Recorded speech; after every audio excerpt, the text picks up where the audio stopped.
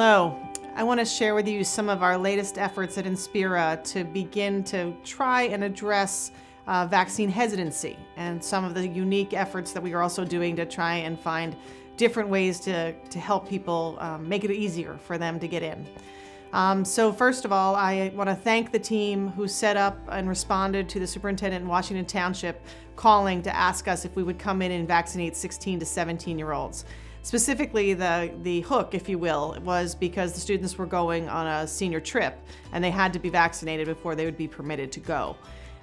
We worked with our team and figured out a way to be able to safely, meaning the transport of the Pfizer vaccine to the township, and they took care of all the consents for us, and then that made that whole process tremendously easier, and I believe we ended up vaccinating about 200 students last Friday, and so that was great, and we're now working with other school districts in the township who have reached out to us to ask us to do that. If you are a school district and you are anxious to have this happen, please work through our team. We are absolutely excited about doing this, and we'd be more than glad to be receptive to that and to move forward. Secondly, one of the populations of individuals that we really want to make sure that we get vaccinated are folks who work on our farms, often who are migrant workers.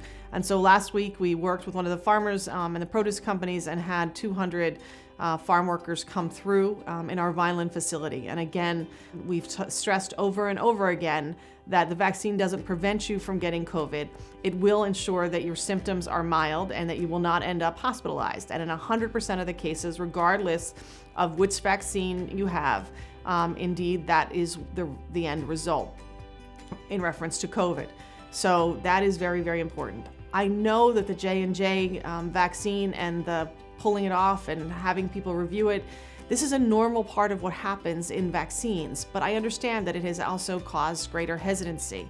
So we want to continue to make ourselves available and encourage you to work with your primary care physicians and your healthcare providers to talk to them about your specific concern. This week, we're very fortunate that Kimberly McGinnis, who works in our Clarksboro primary care office as a nurse practitioner, was willing to share her own personal journey in reference to the vaccine. And in February of 2020, she delivered her beautiful daughter, Audra.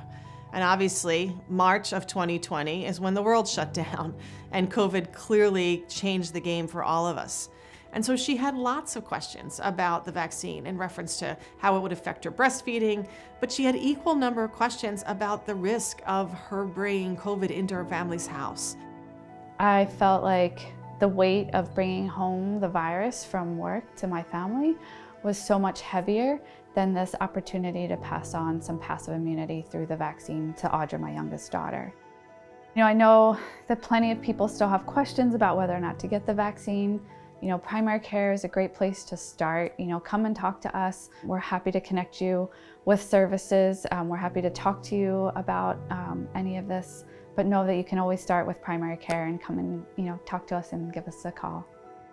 We are so thrilled that Kimberly was willing to share her story, and that'll be posted on our website. And you can hear the questions she went through and how really using the science and working with her healthcare provider to have her questions answered was really key. And so I encourage you to consider those options as well and make sure that you use them, because that is exactly the type of dialogue that we need to have in order to move forward on this important issue.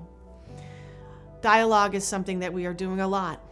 We're going to be doing dialogue a lot around the period of time we find ourselves in this country in reference to being a divided country. Whether it be in reference to the verdict last week in the Chauvin case, whether it be the divide that we have between people who want to get vaccinated or who aren't vaccinated, we have to keep talking. That is the only way we will understand what it's like to be in other people's shoes. And we have to make sure that we're getting the people who need help that help.